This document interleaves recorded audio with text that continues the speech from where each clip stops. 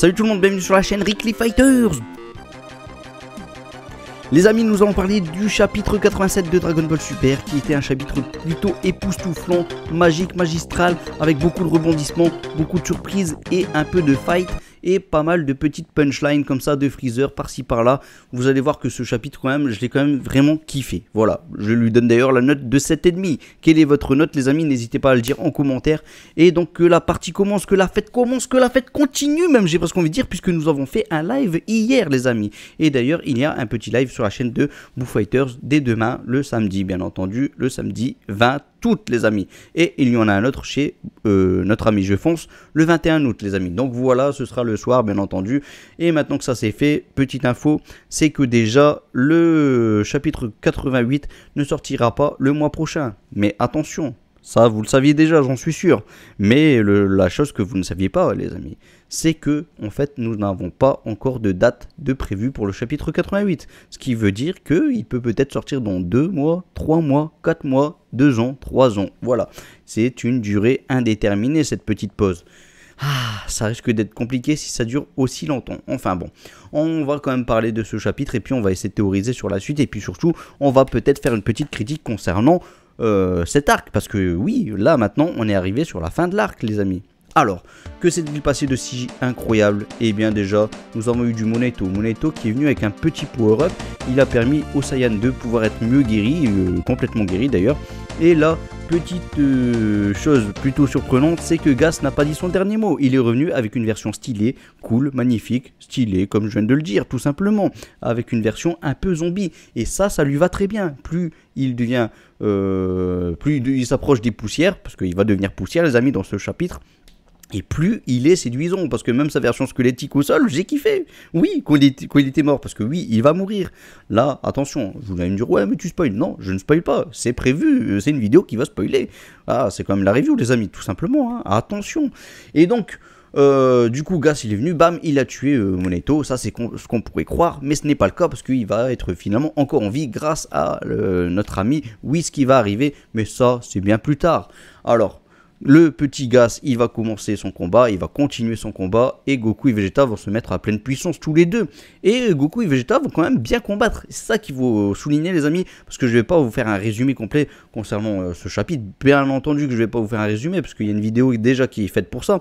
Alors, le truc c'est que Goku et Vegeta quand même ont bien combattu Gas. Et un Gas qui a eu encore une fois un power-up. La chose qu'il faut savoir c'est que Goku et Vegeta ont été guéris par Monaito juste avant, complètement.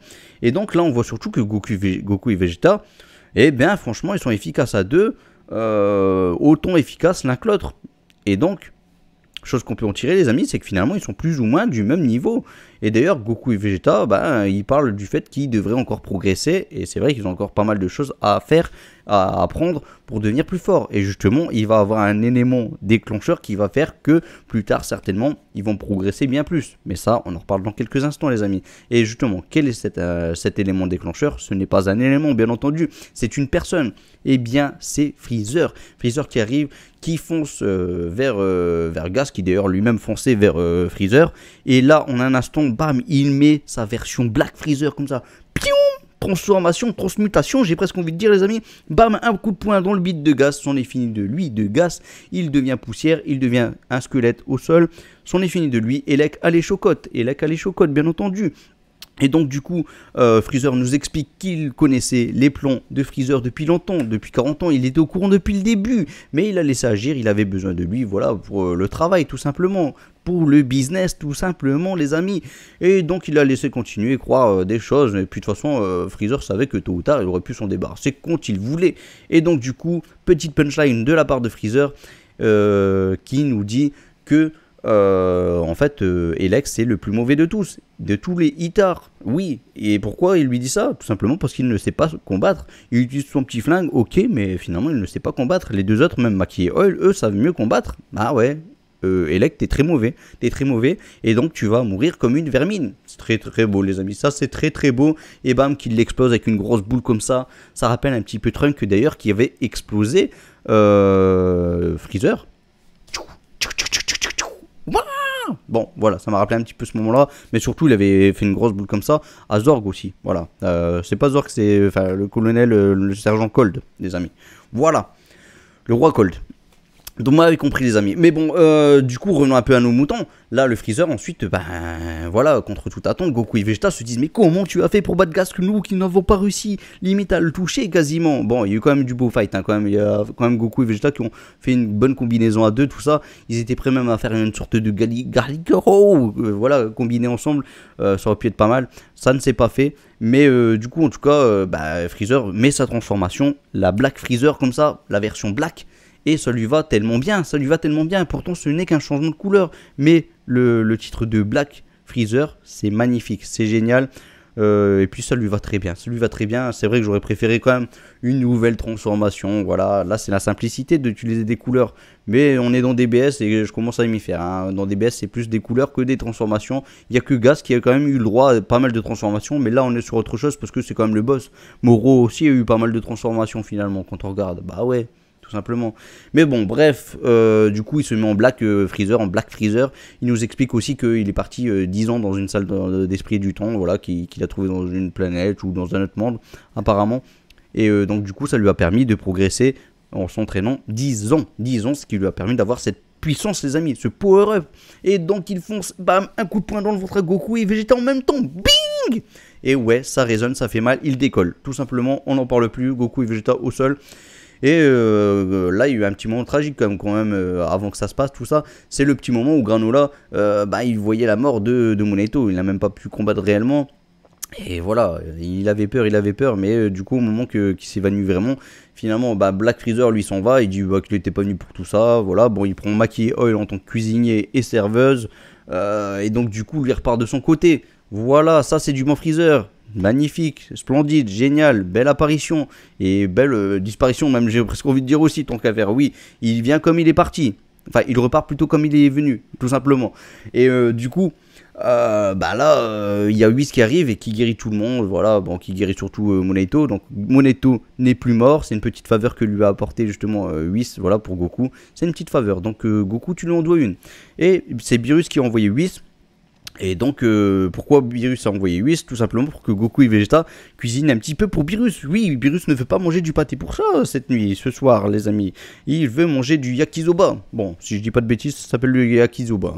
Et donc, voilà, Goku et Vegeta vont devoir cuisiner, mais ils veulent surtout aussi s'entraîner. Donc, eux, ils sont pressés un petit peu de retourner aussi sur la planète de Beerus. Ils ont vu les progrès de Freezer, donc ils ne veulent pas rester là. Ils veulent directement se remettre à s'entraîner. C'est des Saiyans, les amis, c'est normal, c'est tout à fait normal. Et avant de partir quand même, il y a Moneto et Granola qui discutent par rapport au Dragon Ball. Donc ils vont récupérer les Dragon Ball, ils vont rétablir tout ce qui a été détruit sur la planète céréale, ainsi que peut-être quelques habitants qui ont pu être détruits aussi par la même occasion, par quelques explosions de qui passaient par-ci par-là. Et du coup ensuite Moneto va sceller ses Dragon Ball. Donc oui, celle les Dragon Ball, c'est ce que tu aurais dû faire depuis longtemps, ça aurait évité pas mal de dégâts, pas mal de choses, et puis voilà. Bon, en tout cas, le plan de Elec, lui, n'a pas suffi, il faut quand même le signaler, parce que Elec le fourbe, s'est fait lui-même fourber, tout simplement. Voilà, tu t'es même fait plutôt enfourrer, mon petit gars, tout simplement.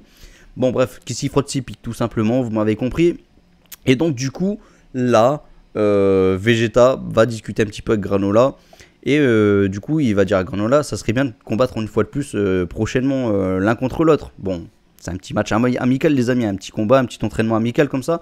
Et Granola dit qu'il compte bien gagner. Et là, on voit le sourire de Vegeta. Ça fait plaisir. On voit que Vegeta a réussi quelque chose. Vegeta a réussi à permettre à Granola sa petite rédemption. Il a changé. On voit aussi, puis ça avait été plus ou moins dit aussi dans le chapitre 86, on voit que Granola, maintenant, il est passé du bon côté. Il n'est plus du côté obscur. Oui, le côté obscur de la force, les amis. Là, il est du côté, du côté lumière de la force, tout simplement. Oui, c'est un bon Granola. Enfin bon, Granola n'a pas le temps, du coup, puisqu'il doit récupérer les Dragon Ball. Et donc du coup, Goku et Vegeta repartent sur la planète de Beerus. Il y a une petite discussion quand même avec Whis. Il demande si c'était bien Freezer, finalement l'être le plus puissant de l'univers. Bon, Whis dit bon, pas sûr, hein, pas sûr. Il y a peut-être quelques canottes qui viennent de naître.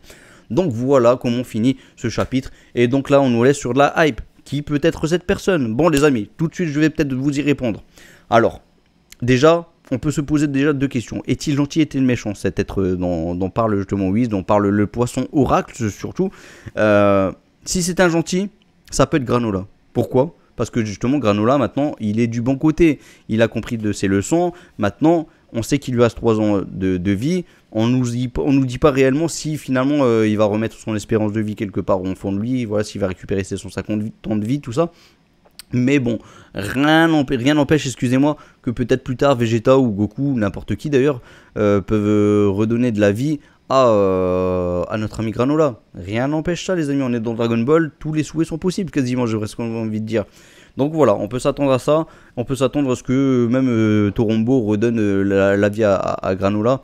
Et donc, que va-t-il se passer? Maintenant qu'il est gentil, ben, il va combattre pour quelque chose de vraiment très intéressant. Pour la justice, pour la paix, pour que l'univers perdure, j'ai presque envie de dire, les amis. Pour que ça continue, que la vie continue. Et donc, du coup, là, ça va donner une motivation, une réelle motivation qui peut permettre des power-up de dingue. Bon, c'est peut-être le pouvoir de l'amitié, le pouvoir de l'amour, tout ce que vous voulez, les amis. Ça rappelle un petit peu l'univers de notre ami Ribrian. Mais bon, peu importe, les amis, peut-être que cette puissance, il l'a au fond de lui. Et puis, en plus de tout ça, les amis, c'est un céréalien, un pur, notre ami Granola. Il a des pouvoirs cachés au fond de lui. Il a quelque chose au fond de lui qui peut développer. Oui, il a comme une sorte de Sharingan quand même, les amis. Et ouais, c'est un sniper d'élite, ce petit Granola. Enfin voilà, vous l'avez compris, Granola a du potentiel. Il peut être le guerrier le plus puissant de l'univers qui vient juste de naître. Oups, j'y crois pas trop. Maintenant, si c'est un méchant, ça peut être le Freezer qui vient de naître, comme ça a été dit. Ce n'est pas sûr, parce qu'ils sous-entendent quand même que ce n'est peut-être pas lui. Mais du coup, ça peut être Koola, tout simplement. Et ça, Koola, vous l'avez tous vu arriver. Et c'est un peu l'histoire facile. Mais oui, pourquoi pas, ça peut être Koola. Et puis bon, c'est le frère de Freezer. Donc, qui dit frère aîné de Freezer. Donc, du coup, il y a moyen quand même que Koola est plus fort que Freezer. Parce que si lui, il n'a pas perdu de temps comme Freezer dans le vide, à essayer de gagner, de récupérer quelques planètes inutiles.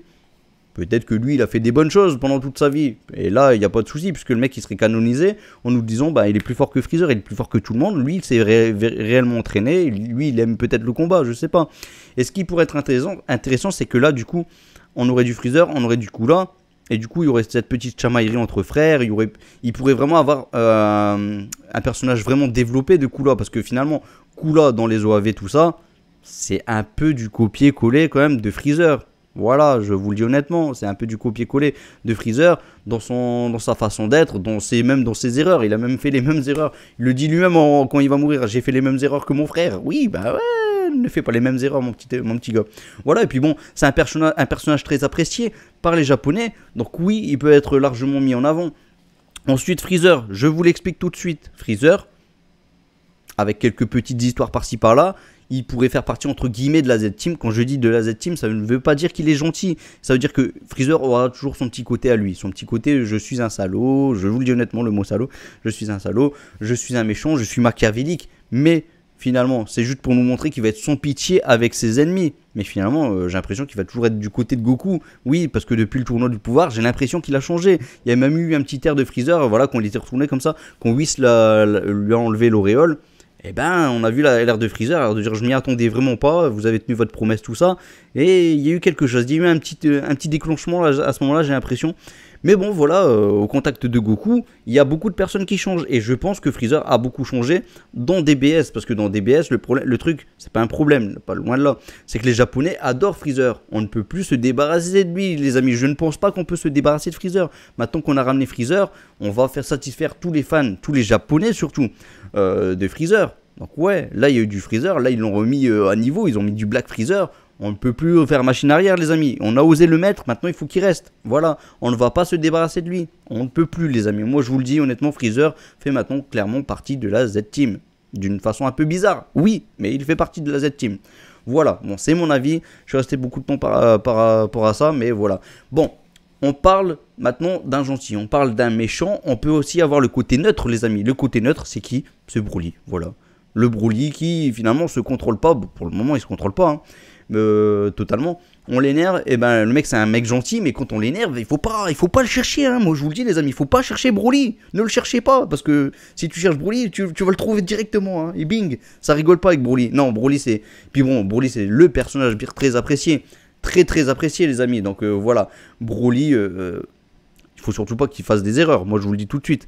Enfin voilà, Broly c'est peut-être l'être le plus puissant de l'univers, il s'est peut-être entraîné un petit peu, voilà, le mec déjà de base il est très puissant, il est plus puissant qu'un SSJ God, tout ça. Donc voilà, après quand il se met au CSJ, ça rigole pas. Alors il s'entraîne juste quelques quoi. Allez, le Freezer lui il s'est entraîné 10 ans. Broly il s'entraîne une journée. En même pas une journée, le mec il est passé quand même d'une forme de base à enfin Ikari si vous voulez, peu importe, à je suis aussi fort, enfin moins fort qu'un Gogeta certes, mais d'après ce qui a été dit en tout cas dans le film, il a peut-être un moment égalisé la force de Pyrrhus. Oh là là là là les amis. Donc voilà, vous l'avez compris. Bon, après, à voir qu'est-ce que ça veut dire réellement cette phrase. Hein. Ça veut pas non plus dire grand chose en soi. Mais parce que ça peut être égalisé Freezer, enfin Beerus, au niveau le plus bas de Beerus. Donc voilà, ça veut rien dire. Honnêtement, on ne connaît même pas la puissance complète d'un Beerus. Donc voilà, c'est un peu compliqué. Puis le Goku, il a jamais combattu Beerus à pleine puissance. Il a combattu Beerus à 40%, 60% si vous voulez. Bon, ça c'est ce qu'il dit, mais bon, en termes de chiffres, ça veut strictement rien dire aussi ça.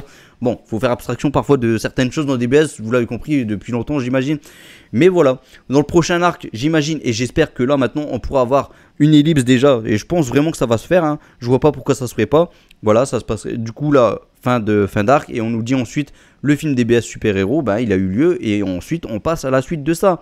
Et donc c'est quoi la suite de ça les amis? Eh bien ça fait qu'il y a maintenant du Gohan Beast, du Beast Gohan, on a du Piccolo Orange, on a Pan qui pourrait être, voilà, par-ci par-là, qui pourrait aider.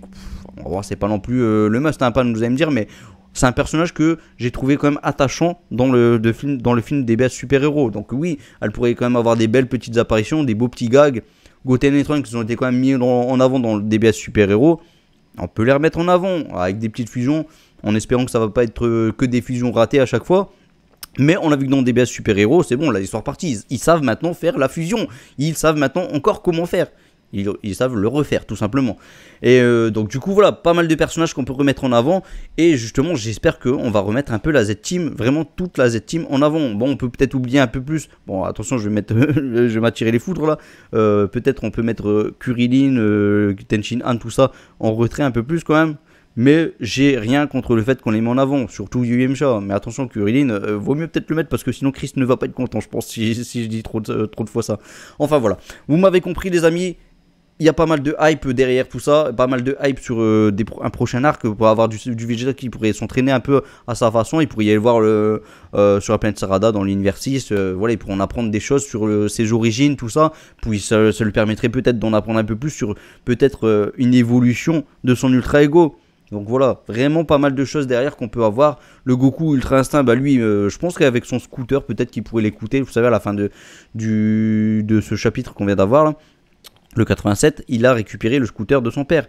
Il peut peut-être avoir notre ami Bulma qui répare un peu plus, qui récupère les données illisibles, qui les rend peut-être lisibles maintenant, et qui permettrait peut-être encore une fois à Goku de progresser sur son Ultra Instinct.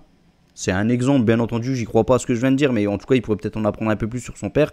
Peut-être qu'il pourrait en apprendre, peut-être que c'est aussi une piste pour le prochain arc, hein, les amis. Voilà, une petite info qui est utile dans le scooter, qui nous dit c'est quoi le prochain ennemi. Peut-être, les amis, peut-être, et oui.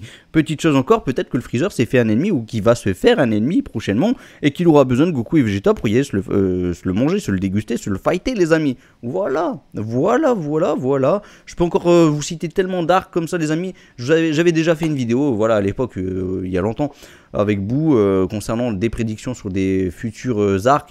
Donc on peut très bien les mettre aussi en avant. Donc je vous invite à y aller la voir. Mais bon, c'est une vidéo qui remonte à un petit moment quand même. C'était quand même le début. C'était même pas encore le début de l'arc Granola, pour dire les amis. Donc voilà, ça remonte, ça remonte, ça remonte. Donc n'hésitez pas à y aller voir tout ça. Et concernant ce chapitre, petite critique les amis, il faut que je vienne quand même là-dessus rapidement. Il y a eu trop de combats. Il y a eu trop de combats. J'adore les combats dans DBS. J'adore le film L'Offensive des Cyborgs les amis. Et L'Offensive des Cyborgs, c'est notamment des combats sur combat sur combat. Et avec 3 guerriers trop puissants qui combattent. Et c'était tellement bien fait. Voilà. Mais j'adore aussi le film Broly, bien entendu. Et là, le problème, c'est que les combats... Bah déjà l'histoire en elle-même pour les combats, bah elle a ni queue ni tête, elle sert un peu à rien. C'est vraiment Goku et Vegeta ont été attirés sur une planète pour combattre quelqu'un qui soi-disant veut se débarrasser d'eux, veut se débarrasser même de l'univers.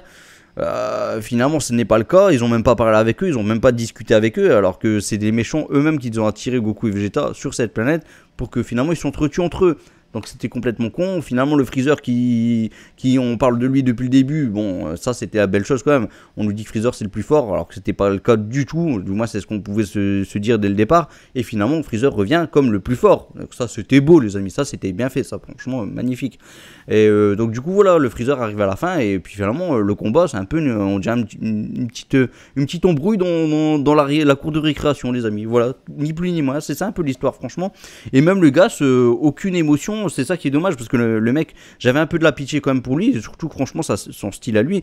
Mais bon, finalement, la seule pitié qu'on a pu avoir de lui, c'est le côté un peu tragique peut-être de ce chapitre, hein. C'est le fait qu'il regarde son reflet dans la rivière. Ça va pas assez loin, les amis. Au niveau de tristesse, bon, c'est peut-être pas ce qu'il y a de mieux dans des BS, dans des BZ, les moments de tristesse, quoique le moment de Goku quand il meurt, tout ça, j'en ai chialé, les amis, hein, voilà. Enfin, franchement, non, DBZ arrivait clairement à faire la chose. Mais là, DBS, je suis désolé, même en anime, je vois pas ce qu'il pourrait faire de plus pour qu'on ait pitié du pauvre Gas, voilà. Et puis bon, le Elec, même pas, vas-y, rentre chez toi, va à la poubelle. Il est explosé comme un sous-fifre, et puis voilà. Maki Oil, eux, ça va. Avec leur belle tête comme ça, j'ai kiffé. Voilà, et ils partent comme ça, ils étaient heureux de partir chez Freezer, hein. Ah, franchement, eux, ils étaient heureux. Ils se débarrassent de Elec, et puis voilà, ils sont, eux, je pense que sont repartis vraiment avec le sourire, clairement. Enfin voilà les amis, bon vous l'avez compris, cet arc c'était pas le meilleur arc, mais on a eu des bonnes choses comme le petit Bardock qui était surtout présent, le Freezer, grosse réussite. Le Vegeta était bien traité au niveau du scénario. Maintenant, au niveau des combats, il était maltraité à fond. Goku était maltraité dans les combats. Le problème, c'est ça, DBS. C'est on maltraite des personnages pour les mettre certains en avant. Mais Vegeta, finalement, n'a pas été suffisamment mis en avant. Voilà, il a pu permettre à Granola de changer. Et à ce niveau-là, tant mieux, c'était bien fait. Mais Vegeta, ça manquait encore de punch dans ses combats. Ça manquait vraiment de... Et pourtant, apparemment, Toyotaro est censé aimer plus de Vegeta qu'autre chose. Enfin bon, bref. Vous m'avez compris, les amis, on rediscutera de tout ça sur le live de Boo Fighter, sur le live de Je Fonce. On fera bien entendu un petit live, puisqu'il là, il y aura une pause, donc il y aura moyen de faire encore un live pendant cette pause, avant d'avoir le chapitre 88. On va faire des théories, tout ça, donc venez nombreux aussi. Et puis je vais faire une petite vidéo prédiction certainement, ou alors une petite vidéo. En tout cas, vous allez avoir une petite vidéo. On peut pas rester comme ça en pause, les amis. Il faut qu'on en discute encore, hein, tout simplement. Et puis je sens que à force de discuter, à force de voir, de relire peut-être ce chapitre 87 en attendant le 88, on risque d'avoir trop de picotements dans le dos tellement ce chapitre était ouf. Voilà, la petite note de 7,5, les amis. Et oui, une bonne petite note. Je vous invite à y aller voir peut-être la rediff du live d'hier. Voilà, c'était un petit live sympathique avec Je Fonce, avec Boo Fighters, avec beaucoup de monde qui était présent sur le chat. Et franchement, vous étiez ouf. Vous aviez des idées de malade, les amis. Donc voilà, franchement, je pense que la rediff, ça peut être une bonne chose pour vous, les amis. N'hésitez pas à passer le début, voilà, parce qu'on attend toujours que tout le monde soit présent avant de commencer vraiment le live. Mais voilà, j'ai assez parlé. Je vous invite quand même à aller voir ma petite vidéo de Gohan partie 2. Voilà, c'est une vidéo que j'ai mis tout mon cœur, les amis. Bon, voilà, vous l'avez compris. Allez, moi je vous laisse à Masenko, juste je vous le dis, Masenko. Et puis on se retrouve prochainement, les amis. Attention, piou piou piou piou piou. Je vous laisse, les amis. Ciao ciao ciao. Et n'oubliez pas, abonnez-vous si vous avez aimé cette vidéo, likez comme d'habitude, et puis lâchez un commentaire. Dites ce que vous avez pensé de tout ça. Dites ce que vous pensez de la suite. Dites ce que vous pensez de tout. Voilà, dites ce que vous voulez, les amis. C'est à vous la chaîne aussi. Ce n'est pas qu'à moi. C'est une chaîne qui est ensemble. Voilà, on est ensemble, les amis. Un pour tous, tous pour un. Et la puissance est avec nous. Attention, la puissance du SSJ. Oui.